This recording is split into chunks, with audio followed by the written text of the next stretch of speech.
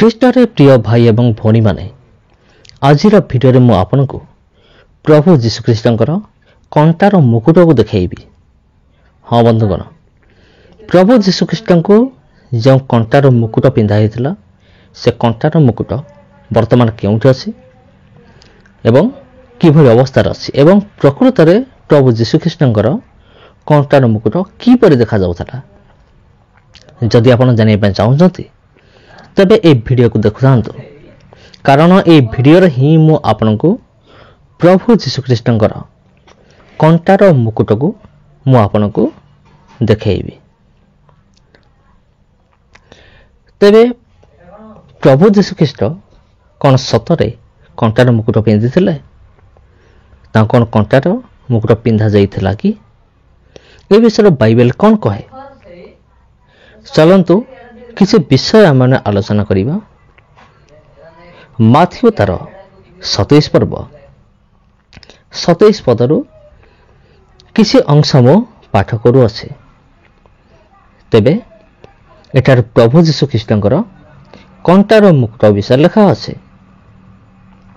ଆଉ ଯଦି ଆମେ ତା ପୂର୍ବରୁ ଆମେ ପଢ଼ିବା ତେବେ ଆଉ ଟିକେ ଭଲ ହେବ। ତେଣୁ 24 ପଦରୁ ମୁଁ ପଢ଼ୁଅଛି, ଆପଣ ଶ୍ରବଣ କରନ୍ତୁ। ମାଥିଉ 27 ପର୍ବର 24 ପଦ। ଏଣୁ ପିଲାତ ଯେତେବେଳେ ଦେଖିଲେ ଯେ ସେ କିଛି କରିପାରୁନାହାନ୍ତି, ବରଞ୍ଚ ଆହୁରି ଗଣ୍ଡଗୋଳ ହେଉଅଛି, ସେତେବେଳେ ସେ ଜଳ ଘେନି ଲୋକ ସମୂହ ସାକ୍ଷାତରେ ହସ୍ତ ପ୍ରକ୍ଷାଳନ କରି କହିଲେ, ଏହି ରକ୍ତପାତରେ ଆମ୍ଭେ ନିର୍ଦ୍ଦୋଷ, ତୁମ୍ଭେମାନେ ତାହା ବୁଝ। 25 ପଦ। ଏଥିରେ ସମସ୍ତ ଲୋକ ଉତ୍ତର ଦେଲେ, ତାହାର ରକ୍ତ ଆମମାନଙ୍କ ଓ ଆମମାନଙ୍କ ସନ୍ତାନମାନଙ୍କ ଉପରେ ବର୍ତ୍ତୁ। 26 ପଦ। ସେଥିରେ ସେ ସେମାନଙ୍କ ନିମନ୍ତେ ବାରବ୍ବାକୁ ମୁକ୍ତ କଲେ, ମାତ୍ର ଯୀଶୁଙ୍କୁ କୋରଡ଼ା ପ୍ରହାର କରାଇ କ୍ରୁଶରେ ଚଢ଼ାଇବା ନିମନ୍ତେ ସମର୍ପଣ କଲେ। 27 ପଦ। ଏଥି ଉତ୍ତାରେ ଶାସନକର୍ତ୍ତାଙ୍କ ସୈନ୍ୟମାନେ ଯୀଶୁଙ୍କୁ ପ୍ରାସାଦ ଭିତରକୁ ଘେନିଯାଇ ସମସ୍ତ ସୈନ୍ୟ ଦଳକୁ ତାହାଙ୍କ ନିକଟରେ ଏକତ୍ର କଲେ। 28 ପଦ। ପୁଣି ସେମାନେ ତାହାଙ୍କ ବସ୍ତ୍ର କାଢ଼ି ନେଇ ତାହାଙ୍କୁ କୃଷ୍ଣ ଲୋହିତ ବର୍ଣ୍ଣର ବସ୍ତ୍ର ପିନ୍ଧାଇଲେ। 29 ପଦ। ଆଉ କଣ୍ଟାର ମୁକୁଟ ବନାଇ ତାହାଙ୍କ ମସ୍ତକରେ ଦେଲେ ଓ ତାହାଙ୍କର ଦକ୍ଷିଣ ହସ୍ତରେ ଖଣ୍ଡିଏ ନଳ ଦେଲେ। ପୁଣି ତାହାଙ୍କ ସମ୍ମୁଖରେ ଜାନୁପାତି, ହେ ଯିହୁଦୀମାନଙ୍କ ରାଜା, ନମସ୍କାର, ଏହା କହି ତାହାଙ୍କୁ ପରିହାସ କଲେ। 29 ପଦ ଦେଖନ୍ତୁ, ଲେଖା ଅଛି, ଆଉ କଣ୍ଟାର ମୁକୁଟ ବନାଇ ତାହାଙ୍କ ମସ୍ତକରେ ଦେଲେ ଆଉ ତାହାଙ୍କର ଦକ୍ଷିଣ ହସ୍ତରେ ଗୋଟିଏ ନଳ ଦେଲେ।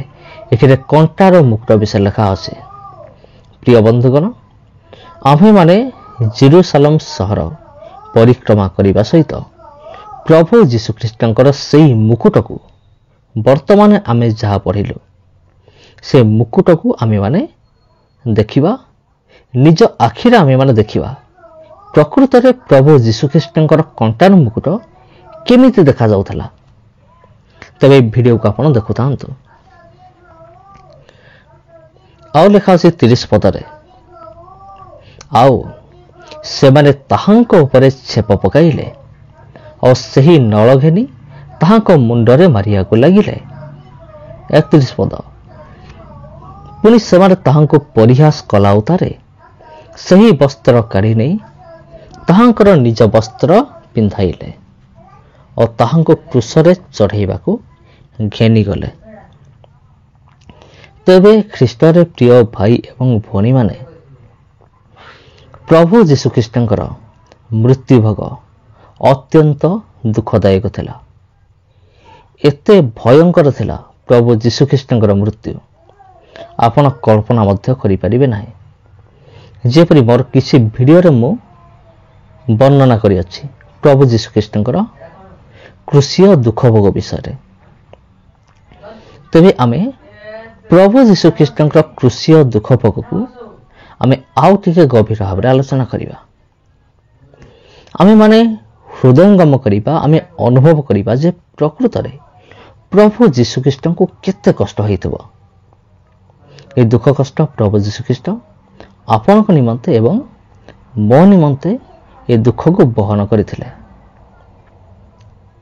ତେବେ ଖ୍ରୀଷ୍ଟରେ ପ୍ରିୟ ଭାଇ ଏବଂ ଭଉଣୀମାନେ, ପ୍ରଭୁ ଯୀଶୁଖ୍ରୀଷ୍ଟଙ୍କୁ 39 ଥର କୋରଡ଼ା ପ୍ରହାର କରାଯାଇଥିଲା ବୋଲି ଆପଣ ଭଲ ଭାବରେ ଜାଣିଛନ୍ତି। କିନ୍ତୁ କେବେ ଅନୁଭବ କରିଛନ୍ତି ଯେ ପ୍ରଭୁ ଯୀଶୁଖ୍ରୀଷ୍ଟଙ୍କୁ ଯେଉଁ କୋରଡ଼ା ମରାଗଲା, ଏ କୋରଡ଼ା କେମିତି ଥିଲା ଏବଂ ମାରି ସାରିଲା ପରେ ପ୍ରଭୁ ଯୀଶୁଖ୍ରୀଷ୍ଟଙ୍କ ଶରୀରର ଅବସ୍ଥା କେମିତି ହେଇଥିବ? ଆମେମାନେ ସମସ୍ତେ, ଆପଣ ଏବଂ ମୁଁ, ଆମେମାନେ ଅନୁଭବ କରିବା ଦରକାର। ତେବେ ପ୍ରଭୁ ଯୀଶୁଖ୍ରୀଷ୍ଟଙ୍କର ଏ ଯେ କ୍ରୁଶୀୟ ମୃତ୍ୟୁଭୋଗ, ତା ଅତ୍ୟନ୍ତ ଦୁଃଖଦାୟକ ଥିଲା।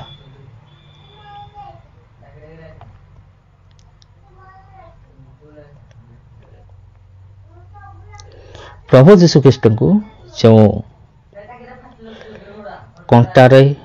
କଣ୍ଟା ମରାଯାଇଥିଲା, ଆଉ ସେ କଣ୍ଟାର ଲମ୍ବା, ତାର ଓସାର ମୁଁ ଅଲରେଡ଼ି ପୂର୍ବ ଭିଡ଼ିଓରେ ମୁଁ କହିସାରିଛି।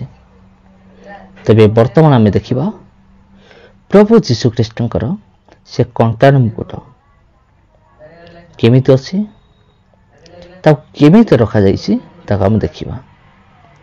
ଆପଣ ଦେଖିପାରୁଛନ୍ତି, ଇଏ ହେଉଛି ପ୍ରଭୁ ଯୀଶୁଖ୍ରୀଷ୍ଟଙ୍କର କଣ୍ଟାର ମୁକୁଟ। ଏଇ ଦେଖନ୍ତୁ, ଇଏ ହେଉଛି ସେଇ କଣ୍ଟା ମୁକୁଟ ଯେଉଁଟା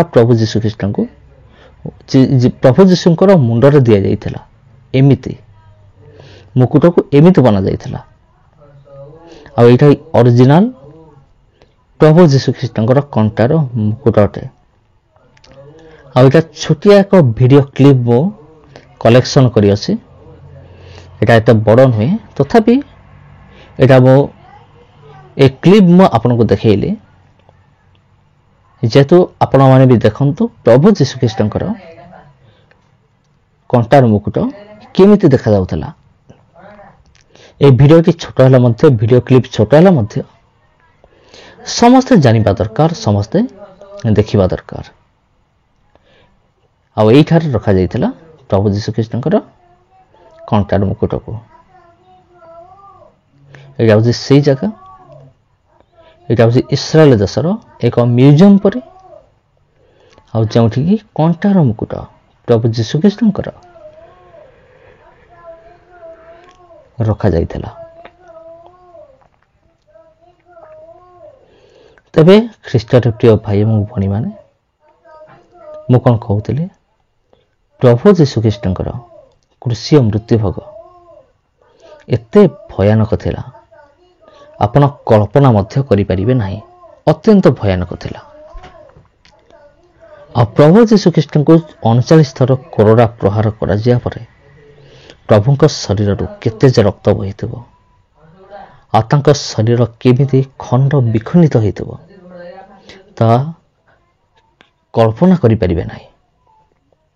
ବହୁତ କିଛି ବିଷୟ ରହିଅଛି।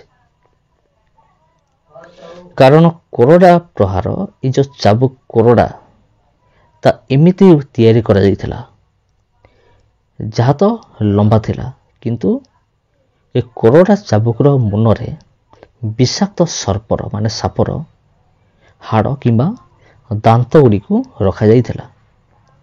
ଯେତେବେଳେ ଜଣକୁ କୋରଡ଼ା ପ୍ରହାର କରାଯାଏ, ସେ କ'ଣ ହୁଏ, ତା ଶରୀର ଗୁଡ଼େଇ ହୁଏ, ଆଉ ସାପ ଦାନ୍ତ ବା ସାପର ହାଡ଼ ତାର ଶରୀରରେ ଯାଇକି ପଶିଯାଏ। ଯେତେବେଳେ ସୈନ୍ୟମାନେ ଟାଣି ଦେଉଥିଲେ, ସେତେବେଳେ ଶରୀରକୁ ବିଦୀର୍ଣ୍ଣ କରିକି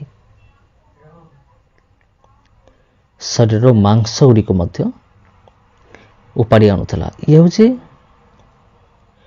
ପ୍ରଭୁ ଯୀଶୁଖ୍ରୀଷ୍ଟଙ୍କର କ୍ରୁଶୀୟ ମୃତ୍ୟୁଭୋଗର କଳ୍ପନା। ଆପଣ ଟିକେ କଳ୍ପନା କରନ୍ତୁ। ଆଉ କିଛି ଦିନ ପୂର୍ବରୁ ମୁଁ ଆପଣଙ୍କୁ ଦେଖେଇଥିଲି ପ୍ରଭୁ ଯୀଶୁଖ୍ରୀଷ୍ଟ କେଉଁ ରାସ୍ତାରେ ଯାଇଥିଲେ। ମୁଁ ଆଉ ଥରେ ଆପଣଙ୍କୁ ଦେଖାଉଛି, ଇଏ ହେଉଛି ସେଇ ରାସ୍ତା ଯେଉଁ ରାସ୍ତାରେ ପ୍ରଭୁ ଯୀଶୁଖ୍ରୀଷ୍ଟ ନିଜର କ୍ରୁଶକୁ ବହନ କରିକି ଯାତ୍ରା କରିଥିଲେ ବା ଯାଇଥିଲେ। ଏ ହେଉଛି ସେଇ ରାସ୍ତା। ହଁ ବନ୍ଧୁଗଣ, ଏଥିରେ କୌଣସି ସନ୍ଦେହ ନାହିଁ।